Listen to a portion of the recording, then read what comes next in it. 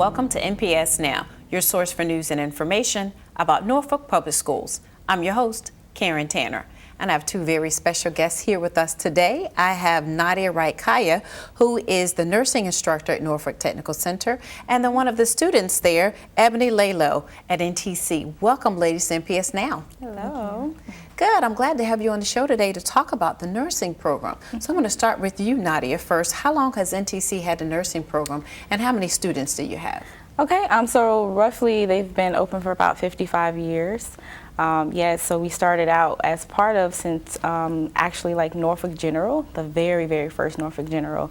And so roughly now our classroom size is about approximately 25 students in the beginning of the program. Wow. So tell me, what type of instruction do the students receive in this class? So in my class, I try to traditionally go with the kinesthetic, the auditory, and the visual learner. Okay, break that down. Okay, so kinesthetic is usually hands-on experience, and then auditory is listening, and then your visual is by seeing.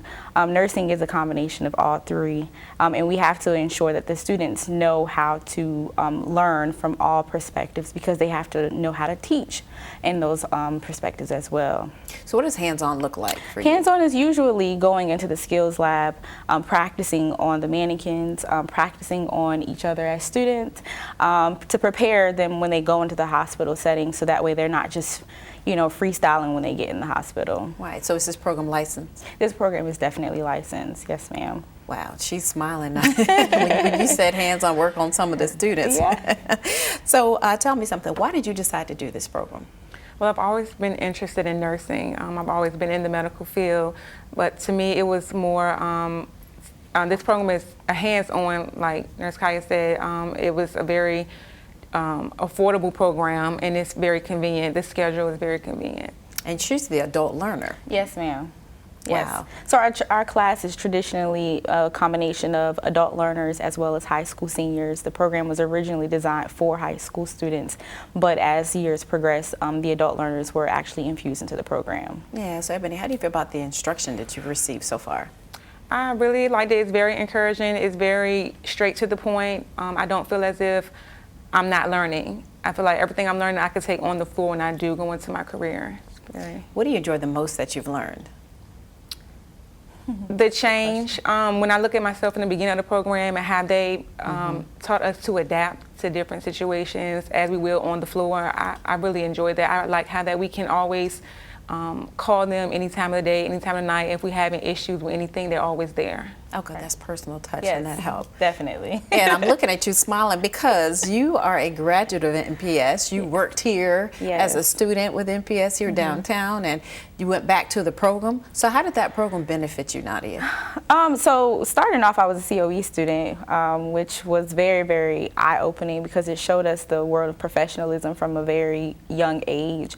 And I took that all the way up until now, me teaching in the actual classroom.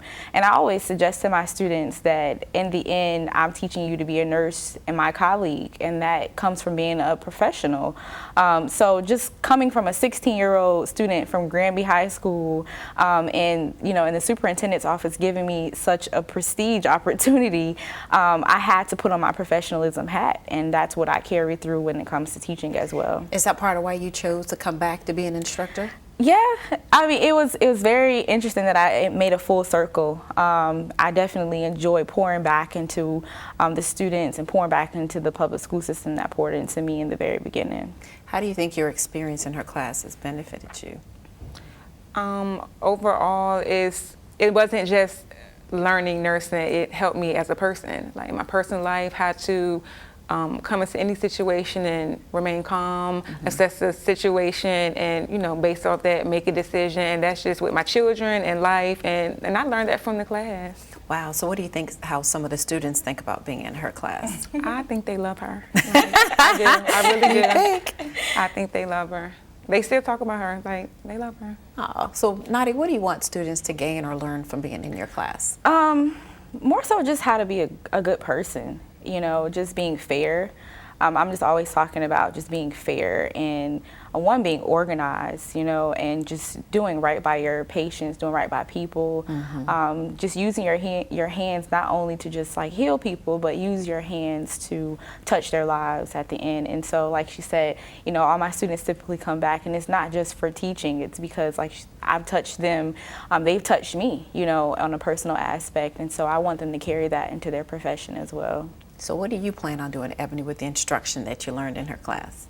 I plan on taking it with me as I further my career, not only as an LPN, but continue on after that. Oh, okay. So you'll be going into the LPN program? I'm Or is currently this- You're currently in it. Okay. How much further you have to go? April 22nd. Graduation day. Yes. They're looking forward to it. Wow. Traditionally, how many students do you have in that program a year? So usually we start off about 25. And traditionally, the graduating class is roughly around 12 to 13 students. Typically what happens is our high school students decide that they want to go over into universities, and we strongly encourage them to continue with their college plans. If those students who do decide to stay and finish the program, they do finish, you know, with an LPN license, but those who decide to go to college, they take the skills with them. So it doesn't hurt our feelings if they decide to go into a university, because many of them still traditionally go into the nursing route. And they'll become an RN after that. Yeah, so if they decide to go to the university, they'll become an RN. With our program, they'll become an LPN. How rigorous has this program been for you? Oh, the ups and downs. It has been very stressful at times, but it's worth it. It's worth it. It teaches you patience. It teaches you a lot in this program. So I would, if I could do it over, I would, every bit. What do you enjoy most about the nursing program? Like I said, to me, it's always been more like a personal with the instructors, because they're there for you. Like people don't understand when you go through nursing school, it's hard. Like it's hard, not just the schoolwork, but putting it in your schedule, everyday life. So when you can count on these teachers, when they give you experiences and so forth, it's helpful. It really is. I enjoy it a lot. And as the instructor, what do you enjoy most about the nursing program? I enjoy afterwards, like just them coming back, not even just them coming back, but just to have them come back 9 months later when they progress to the second level, and they come back and they're saying, Nurse Kaya, you were so right, and or just asking me for advice because they trust me. And then I know that in the end, when they finally do move on into their professions, that they'll always remember where they began their career. And, you know, just having that personal touch, like she said, to carry with them throughout their lifetime, that's the best part. And it's key that you say that, because I attended one of your LPN graduation ceremonies. One of my You friends did. graduated a couple You years did. ago, and now she's continuing on to become an RN. And she just talks about how great the program is. So hopefully folks watching today that are interested in becoming an LPN will contact you all and be a part of the Absolutely. program. Absolutely. Yeah, well, great. Thank you for coming on the show. I appreciate it, and good luck to you. Thank you. Graduation's coming. It is. Thank you so much. And we want you to stay tuned for more NPS Now.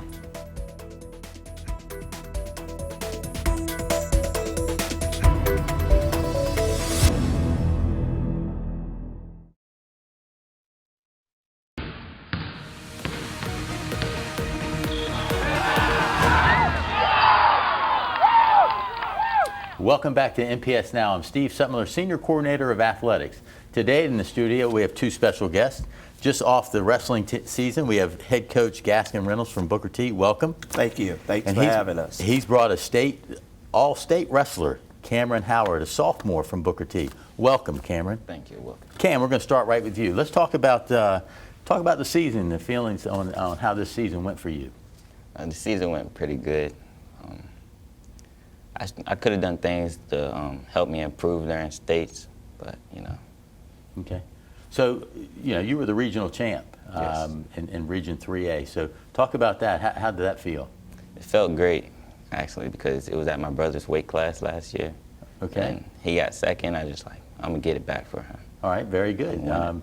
So, Coach, let's talk about Cam a little bit. Obviously a regional champion as a sophomore, but what makes him special? And he got the whole package. I mean, he's got the entire package. Number one, he's smart.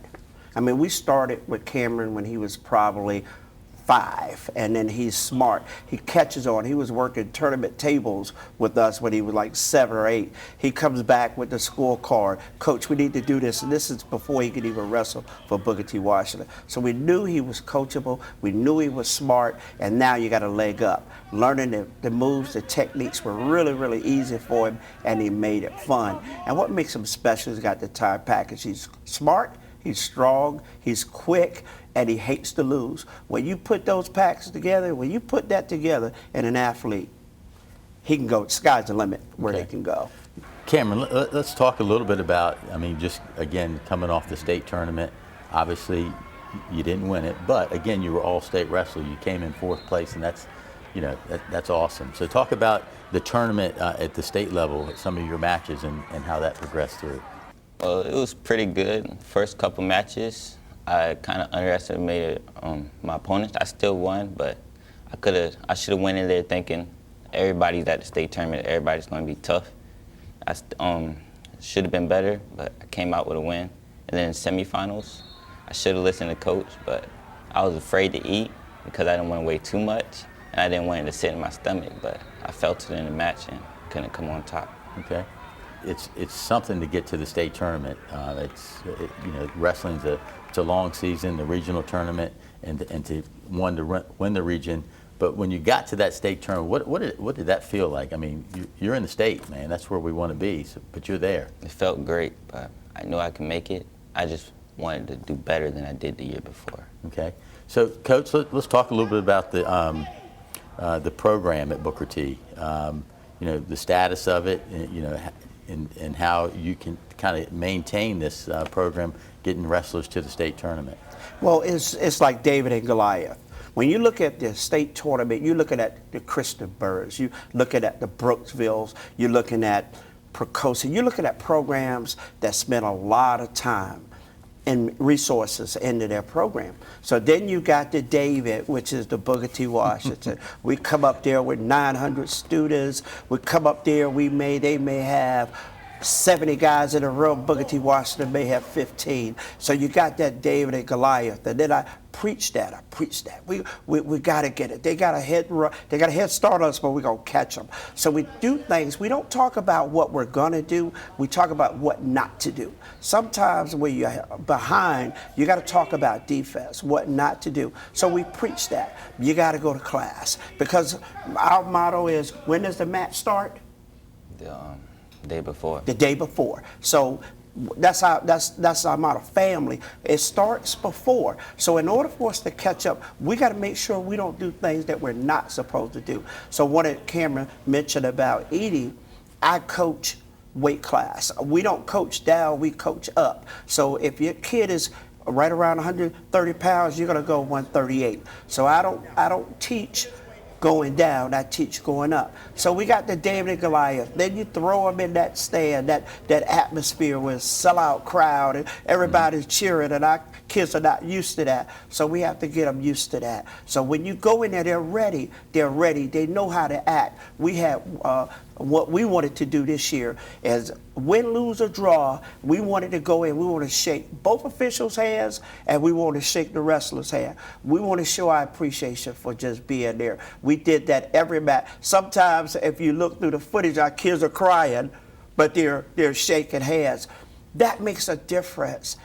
We're preaching, get ahead, move ahead, stay ahead. And one of the ways, that's how we're able to close the gap. For the last 5 years, we've had state place winners.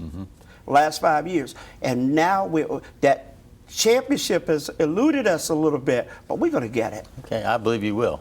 Cameron, he mentions family, and let's talk about your family, because you come from a wrestling family. Your dad was a coach at the middle school level, and obviously you mentioned your brother. So talk about the importance of your family and getting you to the point where you are today. It really helped because my brother, he started wrestling in 7th grade, and once I seen him do it, I wanted to do it.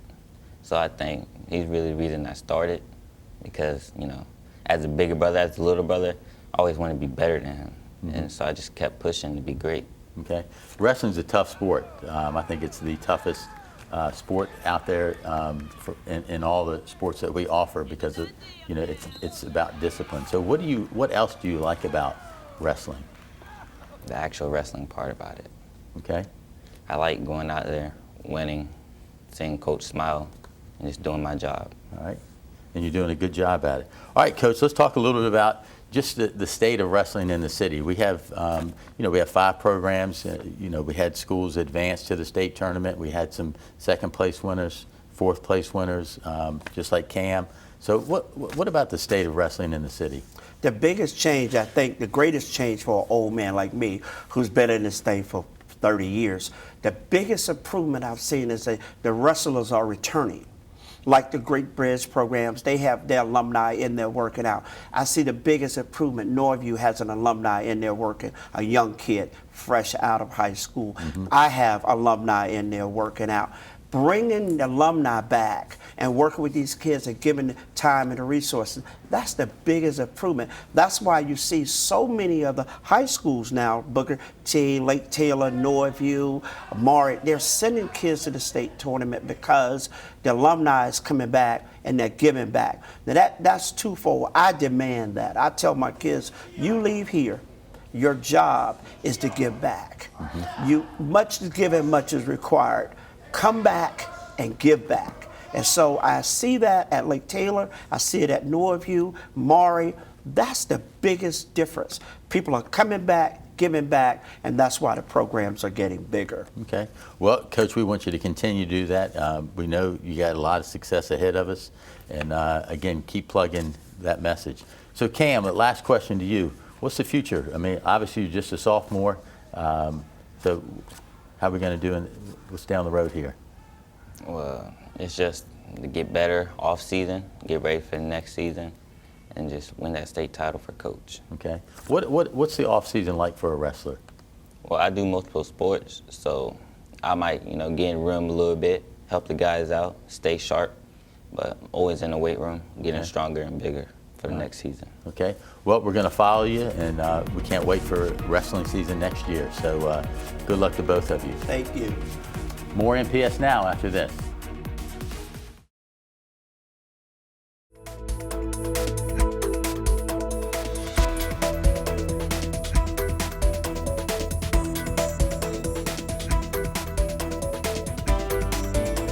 Welcome back to NPS Now. I have a very special guest with me here today. I have Sonia Stills. She's a Senior Associate Commissioner with the Mid-Eastern Athletic Conference, also known as MEAC. And she's here to talk about Read with MEAC program and the upcoming college fair. So welcome to NPS Now. Thank you. Thank you for having me again. Yeah, 8 years, right? 8 years, yes. And who's counting? We are. Yes.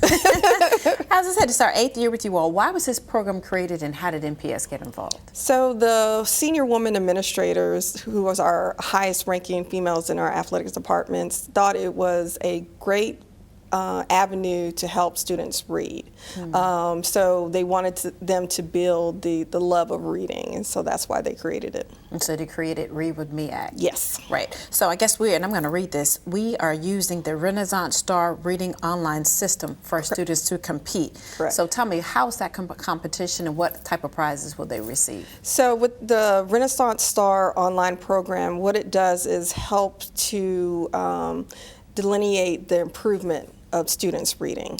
And so the top 2 overall winners from each school, and then our 2 overall winners will receive certificates. And then our programs who have, or schools who have the most gains will receive $2,000, our first place winners. Our second place winners will receive $1,500, and then our third place $500. And then the winning classroom will receive $1,000. Oh, and I think the winning classroom, the school ended up receiving like a pep rally or something? A pep rally, they have DJ, cheerleaders, mascots. We want them to really enjoy their efforts that they did to achieve that particular award. And Larchmont Elementary won last year, and we had a great time there. I bet you did. So is the competition ongoing, or when does it end? It actually started September 23rd, and it ends on February 10th. Wow, so you've got a great response from Norfolk Schools. Always, always. It's been an honor to work with Norfolk Public Schools. they have been very welcoming and interested in what we want to bring to the community. So that's really for the elementary and secondary, but for the high school students, you host an annual college fair. Yes. Tell us about the upcoming college fair. So the college fair, we have our 11 admissions officers come to the exhibition hall at the Scope, and while they're there, the students are able to meet with each of them to learn more about our historically black colleges and universities, and hopefully get admitted. Oh, wow. So when is this college fair going to be? So the college fair will be Wednesday, March 11th, and from I think 10 a.m. to about noon. And so after they deal with the college fair, then they're able to come into the game to enjoy. Wow. So who all comes? Excuse me. Is it just the MEAC universities, just the HBCUs, or? So we have our MEAC institutions, and then we also have our corporate partners who offer, like the U.S. Marines, who come, and so they have different avenues. So if you don't want to go into college, you do have another avenue with going into the Marines possibly. The career ready. Yes. Approximately how many students participate each year? So we have up to about over 500 students who participate. Wow, that's a lot of students. That is a lot of students. I've been there. Exciting. Yes. The band, the cheerleaders, Yes. all of that, and then the exposure. But are there scholarships or on-site acceptance at some of these? Yes, definitely. Students are able to get offer scholarships right there, admitted right there, and so that's really exciting. So they come ready, prepared with their scores and everything, so that they can actually get accepted. What's the thoughts of the universities and colleges that participate every year? So it's important to be able to have ways to reach out to different areas, and I think this is a great example of getting a lot of students, hitting them all at one place. So it's very important to talk about the advantages of going to a historically black college or university. Yeah, so walk me through a day. Say I'm a parent, I'm watching this episode, and I have a high school junior or senior. Yes. What happens when they first walk into the Scope? So when they come in, they will actually have like a little short program, and so what they'll discuss, what the morning looks like, and then they'll get a little taste of what it is of college life.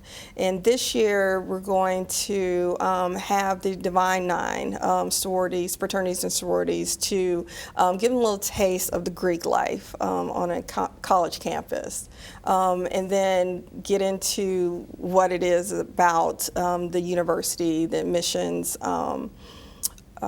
rigors, and that type of thing. Because I know you got to feed them, right? You obviously have to feed them. So what they'll do this year, that they'll get their lunch and then go right into the game. So they'll enjoy and then get some good Division I women's basketball. So they have opportunity to come be in a group setting with the different 5 high schools, Yes. visit the booths and the career. I think the City of Norfolk, they were there too. Exactly. So they have lunch and they get a ticket and they go and watch the game. Yes. Exactly. Oh, wow. So I think it's very exciting for them. iHeartRadio is also there to help bring that atmosphere to the young ones. Yeah, it's pretty exciting. So as a parent, I would send my child. To say, Definitely just go send your child. with the experience. Yeah, Yes. That's great. So how do you see this relationship? It's been 8 years now. Yes. So how long do we have MEAC here with us? So the contract ends with the city in 2021. So next year is our last year of our 3rd-year cycle here. Norfolk has been very welcoming to the MEAC. Our fans really love being here, and so hopefully we intend to have more years here in Norfolk. Great. It seems like it's been a great partnership. So just recap for us again when the college fair is. So the college fair again is Wednesday, March 11th at the Scope Arena. Wonderful. Well, thank you, Sonia, as always, for coming on the show to talk about MEAC. Thank you for inviting me. Yes. Appreciate it. And we want to thank you for watching NPS Now. It airs weekly on WNPS, Channel 47, or you can view us online at www.npsk12.com. If you have any great story ideas or events happening at your school, please be sure to email us at npsnews@npsk12.com. Again, we want to thank you for watching NPS Now.